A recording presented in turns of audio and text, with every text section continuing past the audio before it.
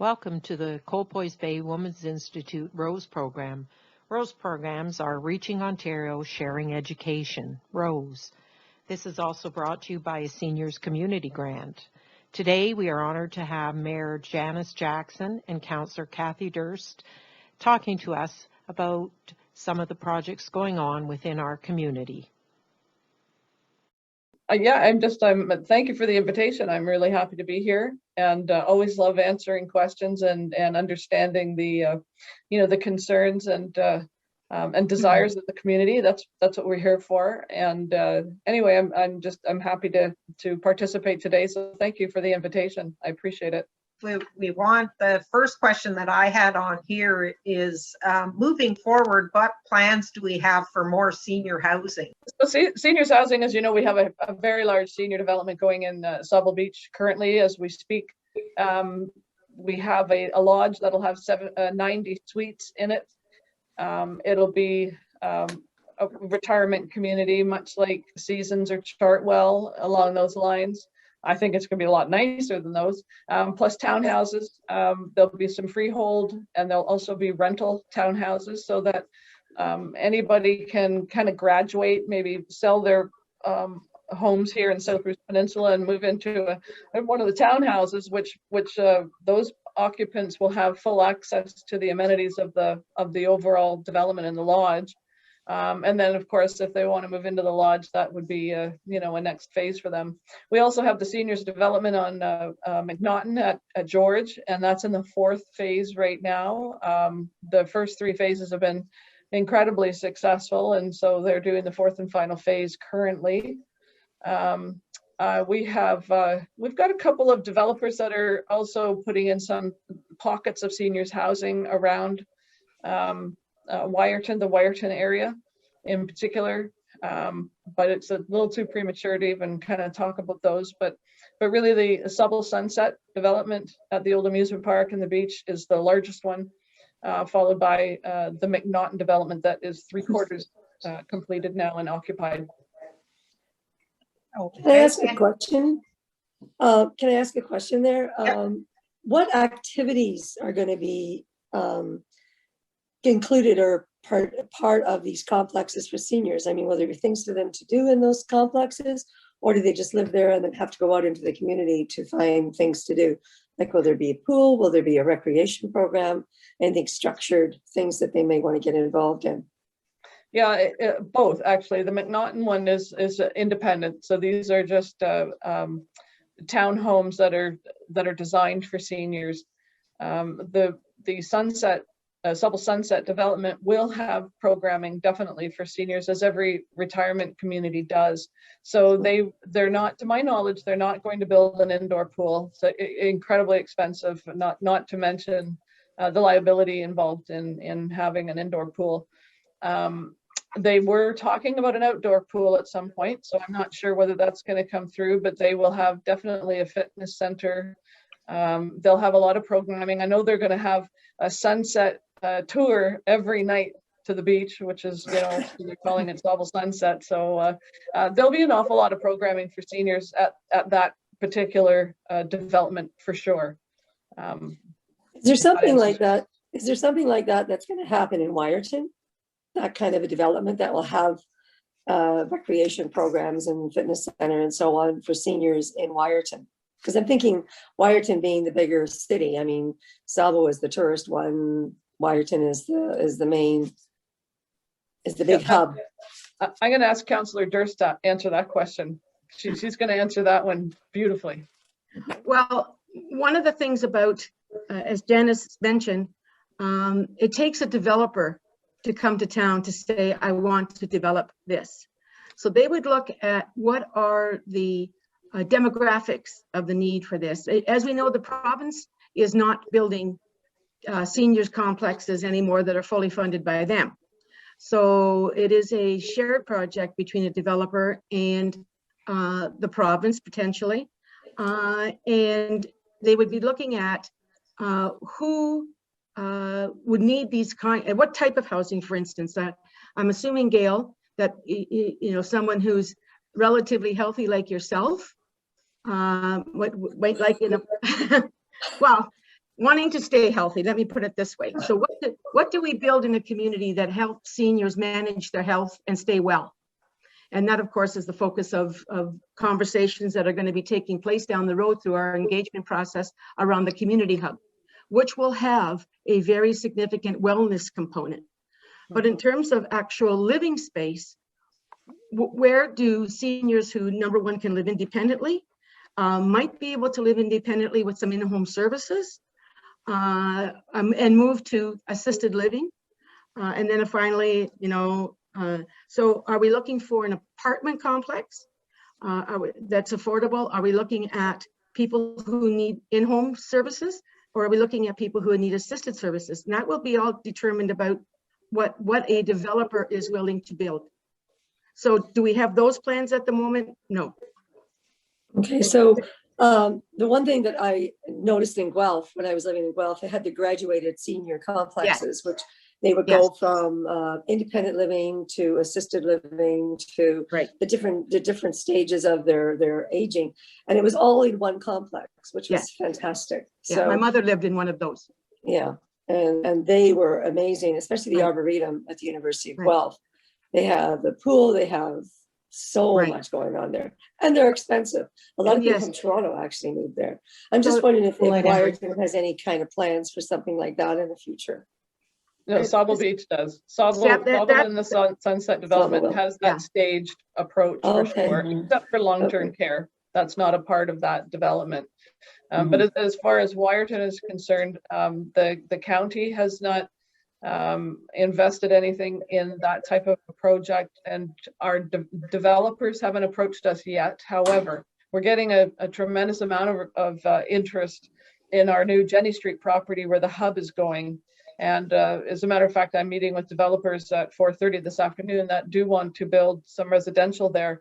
Is that going to be seniors residential? I'm not sure. I'll know by 4:30, but we're getting an awful lot of interest in residential development here, particularly on the new Jenny Street property, because not only is it going to, it's the highest altitude here in Wiarton and have that beautiful view over the bay, because we can go 4 stories by our bylaws. It'll have all those recreational amenities right in its back door. And one of the components that we're building in the first phase is a cultural center for seniors and youth.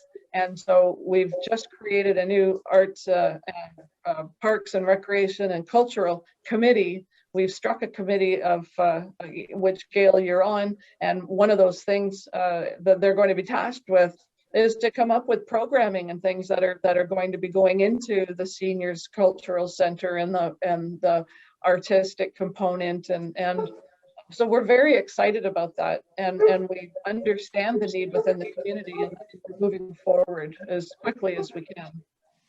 And I'm sorry. Can I just ask one more question? Sure. Will they have a shuttle that will take seniors downtown? I mean, when I say downtown, that's a big hill. If they want to walk, it's a pretty hefty upward climb going back. I'm just thinking that because it's where it's located, will they have a little shuttle that will run seniors to the grocery store and to downtown to the drugstore and things like that, especially for people that can't drive? Yeah, I think it would depend on what type of residential goes in there. The one thing that I think the community, because I'm hearing this too, Gail, that, what about people that are going to have to walk up that hill? And my immediate thought is, what about all the seniors that live up the hill on the west side of Wiarton that have to walk down the hill to go to the grocery store and back up the hill to go home? So there's give and take here, and but I think the most important component is the fact that this is a South Bruce Peninsula town hub, and there's going to be people coming from every corner of our municipality, not just Wiarton. It's not a Wiarton only development. It's going to service our entire community. So, for the people west of us, it's going to be incredibly convenient. North, and, I think everybody is within 15 to 20 minutes away from this hub, no matter where they're coming from, with the exception of, perhaps Allenford. Well, even 20 minutes from Allenford. I really think that it's an ideal location. But I do think we have to kind of remember that there's an awful lot of Wiarton that lives already very close to the Jenny Street location. Yeah.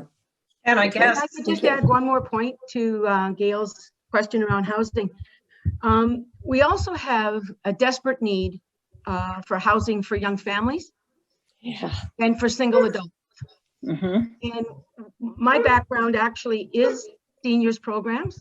I have my academic study at U of W was gerontology at the master's level, and my first job was director of seniors programs for the city of Waterloo.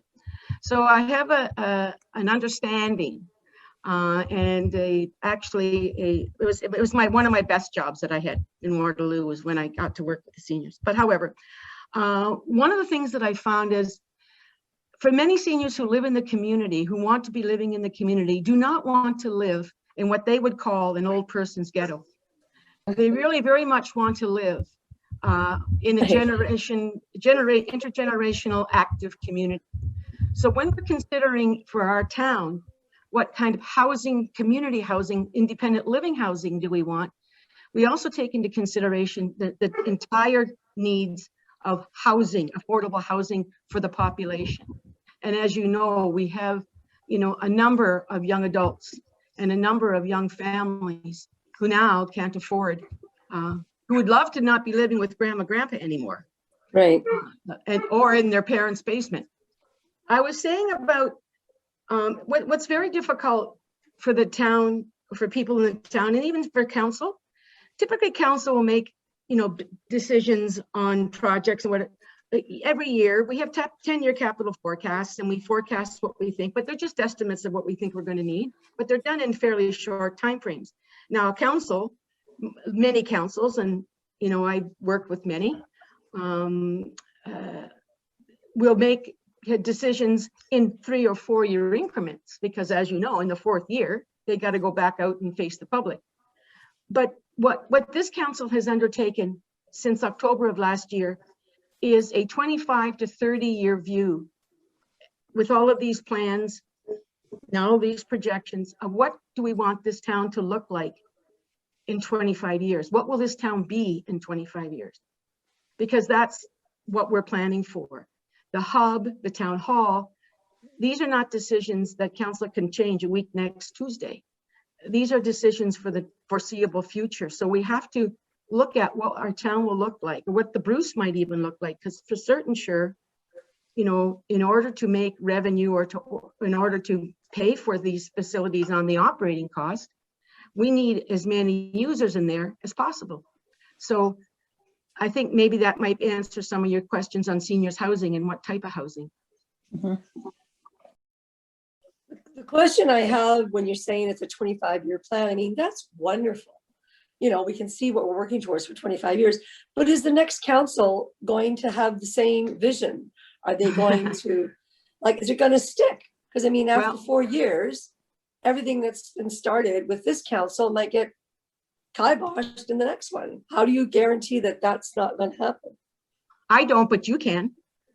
And the reason that you can is that when people are running for council, you say to them, I have this plan here, and they've got shovels in the ground, and I want to know that this is not going to be stopped. So what is your plan, councillor running for council, to continue this project?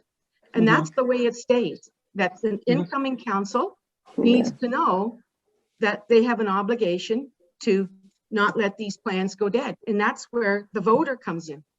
Janice, if you remember when we were doing the improvements at the pier, I kept asking you, okay, there's still 2 more things that need to be done. Is it still going to get done if you're not around? And I was hoping you would still be around, but and you are, and you were, so that was good. But I was worried that it wouldn't follow through, and that's a lot of programs come along and then they die out, and that's also not good.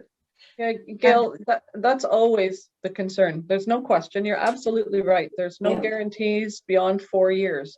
Right. And I think that's why it is really important, if you have a council that is going in the right direction and achieving the goals that you expect of them, if they run for re-election, it's very important to support them. If they're not supporting the goals that you believe in and that you desire, then that elections are exactly for that purpose. But I do think, though, that it's one of the, and I think what Kathy's alluding to, there's a lot of people, too many people, that vote for the wrong reasons. They Mhm. vote because, oh, my mom said she's a really nice person, or, you know, oh yeah, that guy worked with my brother and he was a pretty good guy. You really have to understand your candidates. You got to research them, and you have to understand what you know, what drives them and what plans they have. And it's really, really important every election to understand fully the votes that you're casting, and what it's going to mean for the community. Yes, we have a couple more questions on the community hub. And one of them was that, Mayor Jackson, you stated that the building would be 4 stories. Now, does that include an elevator? No, the community hub is going to be 1 floor primarily. I was talking about the residential component, the developers that want to build condos and apartment buildings. We have a bylaw in the town that the maximum height you can achieve in any development is 4 stories. So that's not for the town hub. Like we've agreed as a council to keep the town hall on 1 floor. The seniors cultural center is 1 floor. I think the only thing that was higher was the aquatic center, which, you know, had a raised ceiling, obviously like 2 stories, and a walking track, which, but anything, obviously, anything above 1 floor will definitely have an elevator or some form of lift for sure, because there's accessibility standards now that we have to meet. Right. Okay. And another question we had, which you did mention briefly, was why did you choose Jenny Street for the community hub? Yeah, I think Jenny Street chose us. There's not a lot of available land in and around Wiarton, and we did need to remain in Wiarton because Wiarton is the only fully serviced community that we have in South Bruce Peninsula. So we had to keep it in Wiarton, and there's not a lot of land that is available that's affordable. So the only other piece that really I think is available right now is a 75-acre parcel down by the police station, but it was $1.5 million. Jenny Street presented us, it's very, very close to the downtown core, 25 acres for, I think we spent about $300,000 on that. It was very, very reasonably priced. We were actually quite shocked at how inexpensive it was for that much land. And again, it's just a couple of blocks away. We were really kind of astounded that the owner of that property just all of a sudden listed it, and we jumped on it right away. And then we approached a couple of surrounding property owners that had little parcels that were attached to it, and we purchased those. And that was a total of, I think, $300,000 between the 3 parcels. Okay. I have a question. Terry?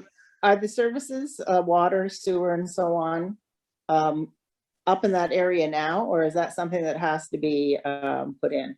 Our water tower is right there on the property. That was the funny thing. This piece of property actually circled right around our water tower.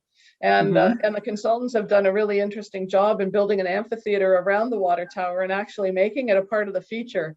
Very interesting what they've designed. Sewer, there's not a sewer connection there, but there is across the road. So it'll be very easy to do that. Okay.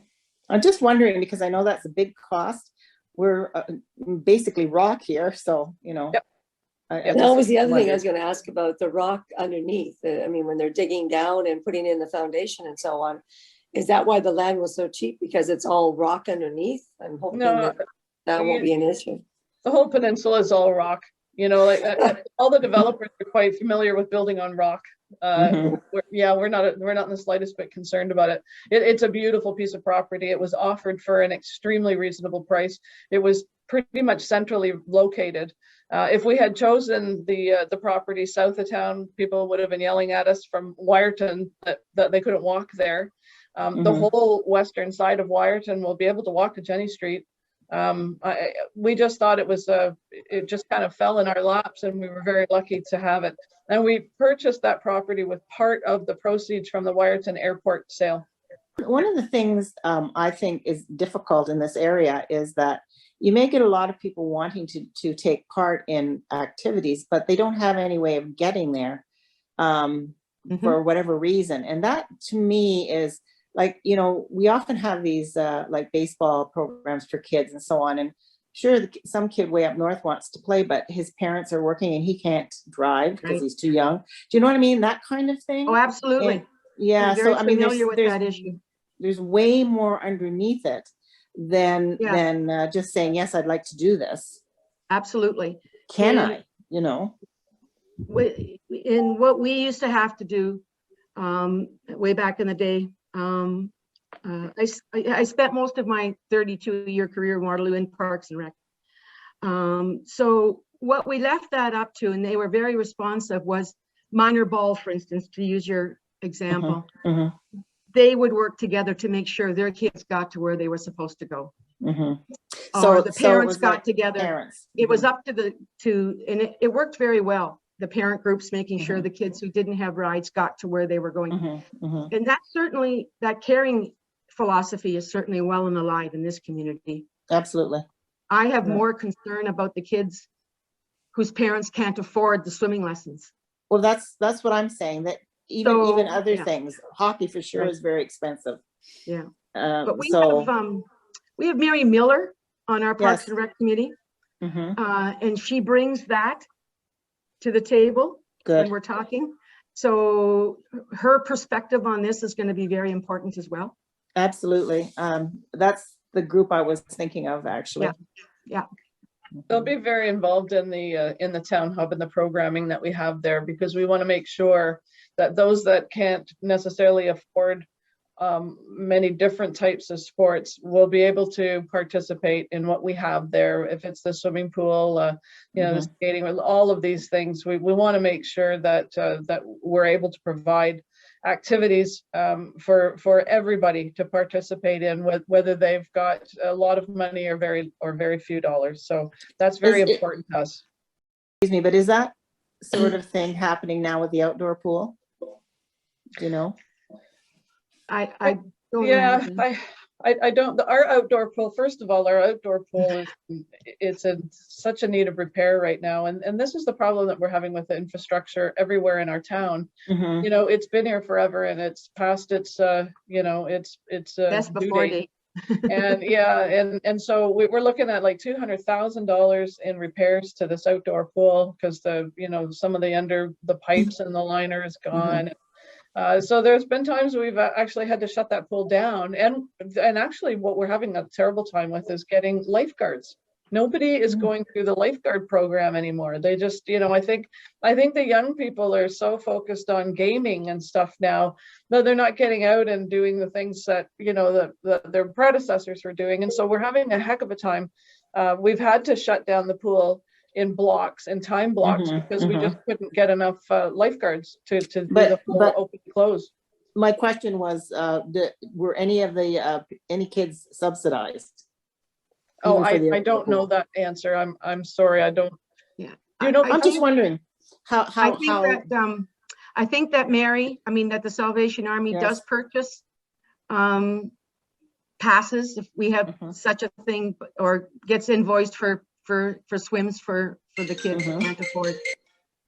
Yeah, we have free swims and free skates and things like that, and we also have the corporate community that comes in and sponsors an hour of ice or an hour of swim, and offers that for free.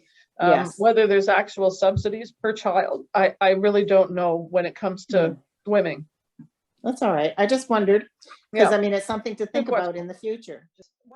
The other questions that I have here, which is since we're talking about the swimming pool, it says Bluewater Park needs to be a 4 seasons park. Yes, that's more of a comment. More so now than ever. Do you see a way to achieve this, and what are your suggestions? My first question when I read this one is like, what is it that you mean by a 4-season park? That would what I would need for a little bit of clarity to understand and answer that question.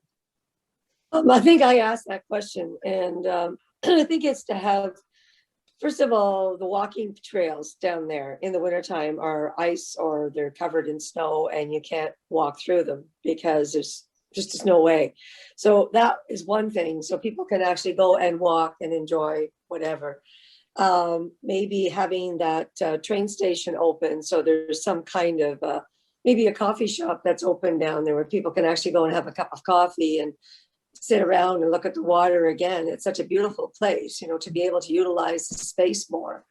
Cross-country skiing, it connects to the Bruce Trail from there too. I mean, the trail goes and you can actually get onto the Bruce Trail from there, having that kind of connection and having it available and serviced during the wintertime so people can use it. There was sleigh rides down there when we had the winter festival and stuff, which people enjoyed. I don't know, ice skating, of course, in the arena, but you can't really do an outdoor rink well, maybe even an outdoor rink would be kind of fun to have, like winter's things like those. Thanks, Gail. I appreciate that. Okay, so I can answer those questions. The walking paths would have to be rebuilt somewhat and widened to handle the trackless snow removal. But we are going to be working on Bluewater Park next year. This year we're doing the drainage in Bluewater Park because, as you know, it's awful. There's portions of it that's underwater frequently. So we've got to work on the infrastructure first with doing this. Then next year we're going to be finishing the park because, as you know, in the Gwen Gilbert term, they did quite a bit of work to upgrade that park and put some beautiful walking paths through, but the job was never finished. And so we need to finish it. We need to actually finish it, but even go beyond what was planned. And so those kinds of walking tracks that we can put a trackless through in the winter is definitely one of them. The other thing that we almost did this winter was we were going to flood that walking path as a skating path. Oh, that would be neat. Yeah, and so that didn't quite come together this year. We're hoping that it will next year, but again, we need to get staff down there to put boards all the way down the sides and then and then get a Zamboni. Like it's onerous, right? It's not as easy as it sounds.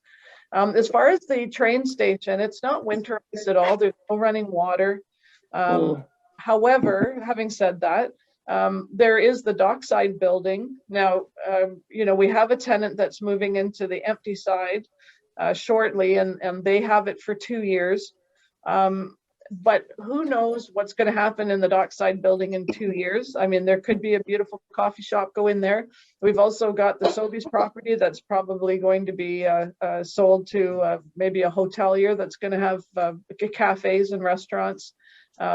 But I get I understand now what you're saying, and we are working towards that. We do have a focus on Bluewater Park for next year. We're just doing the bones of it this year, the infrastructure. One of the things I was thinking about is having all these coffee shops and so on. When I look downtown and I see so many places really having difficulties, I wonder if the new buildings are going to take away or help the other, like with competition. Do you know what I'm saying? Yeah. And I would really personally, like for instance, even the old town hall, like what's going to happen to that? You say it's not in very good repair. So, you know, does it become a parking lot? But do you have any ideas? Have you talked about that? Yeah, those are great questions. So the town hall would be sold, and it would be wonderful to sell it to a developer who's going to build condos. You know, we're looking at some substantial residential development here. So the more people that you add to the population of Wiarton, the more demand there's going to be on all of those shops and services and restaurants and coffee shops. If there's a hotel that goes in on the Sobeys, you know, you're going to have, you know, a couple of hundred people staying, you know, overnight every night. And they're not going to want to just eat in the hotel or, you know, shop in their tuck shop. I mean, they're going to go out and explore our beautiful town and spend some money there.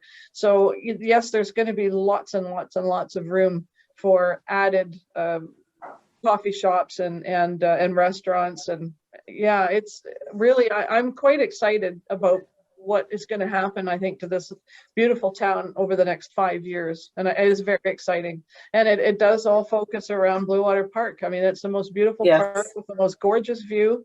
And to me, we're, you know, just now getting discovered by the world, and people are moving up here. As you know, real estate is fire, and people are wanting to scramble out of the city. This COVID pandemic has just pushed everybody up here. Our seasonal population is converting their cottages now into permanent homes, and they're moving here permanently. So, you know, things are changing very rapidly, and but for the better. I understand that. I was just thinking about the motels around here that I don't know this for a fact, but I know in the wintertime, they're very scarce. They're, you know, as far as having customers. Yep. So that's one of the things I was concerned about, is how that will affect them. And I mean, I'm not advocating for them as, you know, a business person. I'm just wondering. Yeah, so they're closed mostly in the winter. There's not very many Yes. motels right now. So, but again, as the demand grows, they'll find a reason to open and stay open all winter long.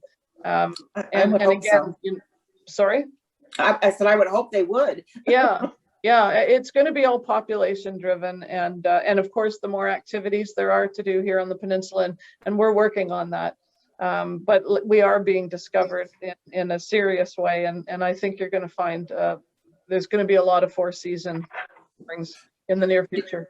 Did you have any numbers as to of those people who have converted their cottages and are permanent now? I don't have any numbers to give you, but I do know from talking to the construction folks, they are so busy converting cottages.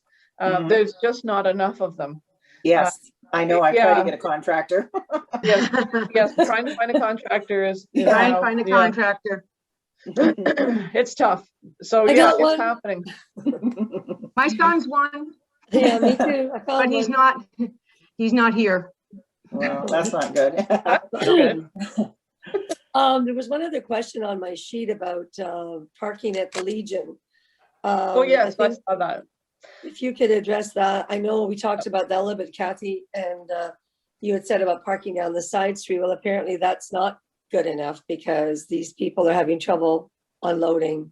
Yeah, we had a concern expressed to us directly from the Legion. So our consultants are addressing that now. We've asked them to take a look at possible solutions. So they're looking at widening that area, putting in a loading unloading area. They know what the issue is, and they're working on that, and they will be coming back to us with a solution. So we're definitely on that. The Legion has addressed that a couple of months ago. So we're I'll let working on Joyce know. Yeah. It's one of the things that, as the title of this session, Seniors Engagement, you had mentioned that when you go to do these surveys around what people would want in the hub, obviously the senior community can get involved in responding to that. Are there any other things within the community that would be more focused on that senior population and things that they can get involved with? Councilor Durst, want to take that one? Sure. Well, as we know, out in Sauble, we have the Sauble Sandpipers, and they have a second club here in the church basement, which they're fast outgrowing, which is why we have to continue to stay ahead. And the Sauble Seniors Club is the largest elderly person center, established elderly person centers club in the province. I know in my church and in most of the churches, they host a lot of programs, but of course you need to be, probably to find out about that, you need to be attached to that church. Generally speaking, a lot of the seniors self-organize wherever they can, I know that. But in terms of actual, here's the catalog of programs, the Legion, I don't know, I'm not so certain about the membership thing. I'm a member, so I find out about the bid euchre tournaments. But really, I think what I have found here is that a lot of the seniors, those that are able, and that's the majority of them, are out being active, mostly physically. There's, if you want out, there's a lot of seniors walking groups. I know that's very difficult in the winter, but still, they seem to group together by, for instance, I'm in the Wiarton concert choir, and there's 60 of us, and I would have to say that 55 of us are over 60. So if you're interested in a specific thing, you probably can find a like-minded group to be interested in that thing. And this is what we're hoping when we build the seniors youth complex, that it's going to be a square box divided into different rooms where people then have a place to go to do the things that Janice has has suggested can be organized. Anybody with an idea can organize a program, get like-minded people there. And that's how programs organically go. So to answer your questions, what can seniors do? If they're not in a congregate setting where it's organized for them, they typically are resourceful enough, I'm finding, to organize themselves to do something that they want to do without the need for us to have a programmer to do it for them. And having grown up in this business, I learned really quickly that I didn't interfere in what they wanted to do. I just made sure that the room they wanted to do in was open, clean, safe, and usable, and then stayed out of their way. So I don't know how else to answer that question in terms of the structure of program. They can always join the Colpoy Bay Women's Institute. Precisely. That's right. I was trying to say. Exactly. And what you're doing now is exactly how, and now that we have this Zoom thing, I mean, if anybody can learn how to do that, I'm still in there. It's perfect for that networking, which is the most important thing at this point, is having people who are isolated stay connected. You know, the phone call, the whatever, that's the most important thing right now for older adults in their homes, is to find a way to stay connected socially, so that you're not isolated. I think we need some computer courses for seniors to be able to learn how to do these things. Precisely. And then we get all of our 5-year-old grandkids to come and show us. Yeah, there you go. That'd be good. Yeah. Intergenerational programming. When the street is finished, I'm just wondering what kinds of things are in there for accessibility. Because you know, on the one side, there's a step to get down, and I'm thinking of people in a wheelchair or a scooter or walkers or things like that. Can you describe to me some of the things that might be improved? Yeah, all of that's being eliminated. So sidewalks are being raised to meet the threshold of the store doors.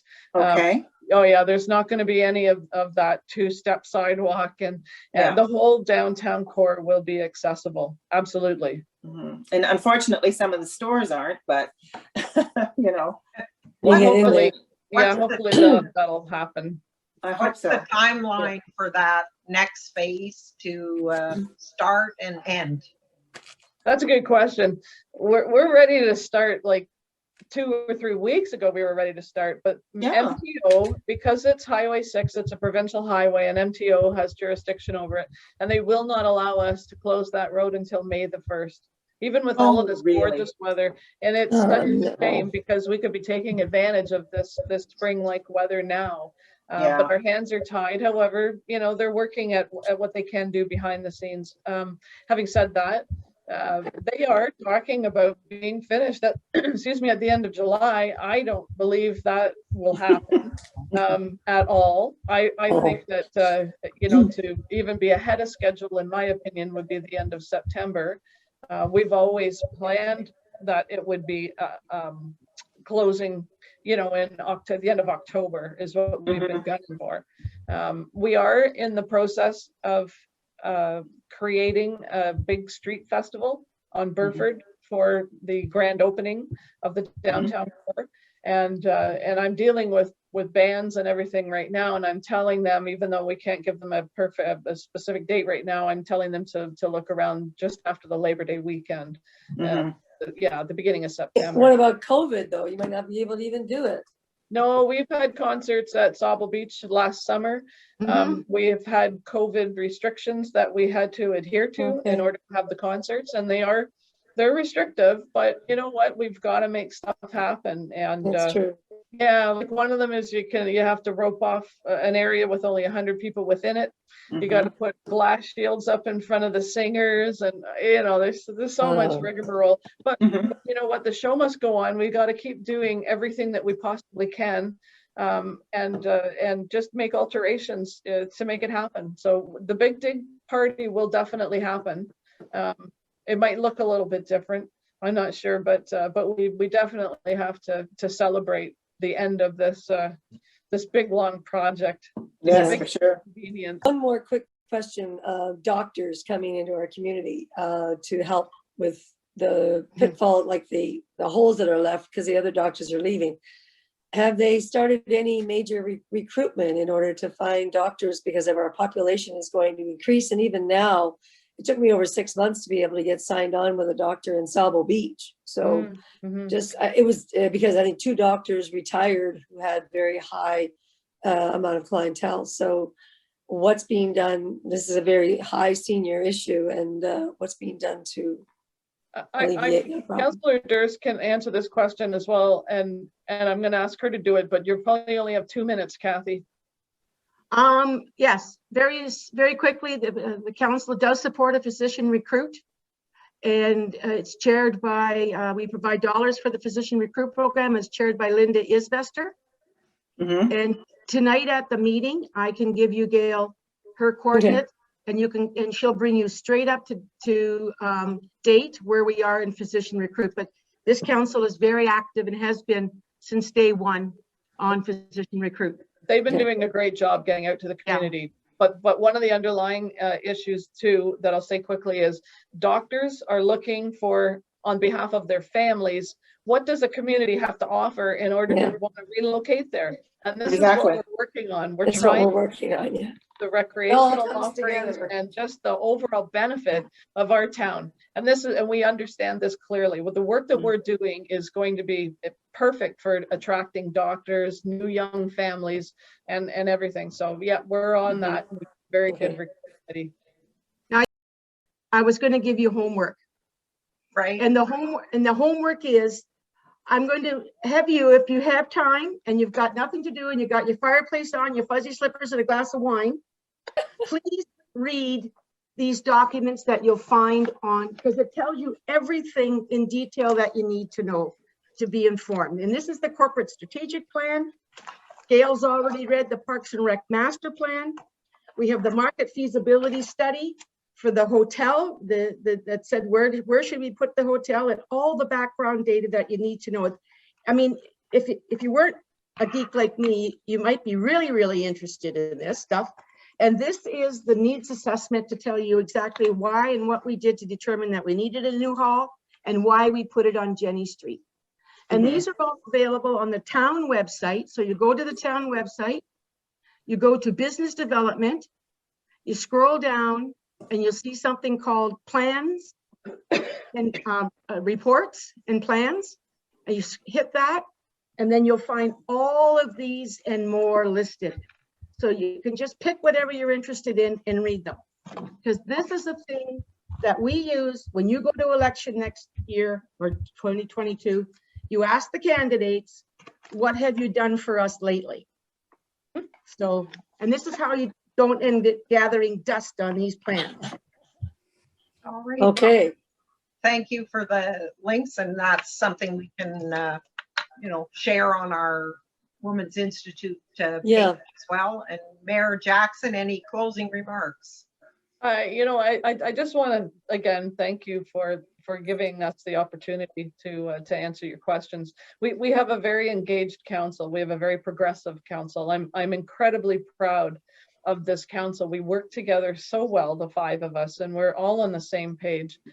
We have a tremendous amount of respect for each other, and that is allowing us to move the town forward in the way that we are. And we've done an awful lot of work to prepare for that movement, and now we're just at the threshold of executing it. And we have some very exciting times coming up in the next several years, and it's all about building the community and making it an attractive community for people to want to locate. It's going to make it the best that we can possibly make it for our community that exists today.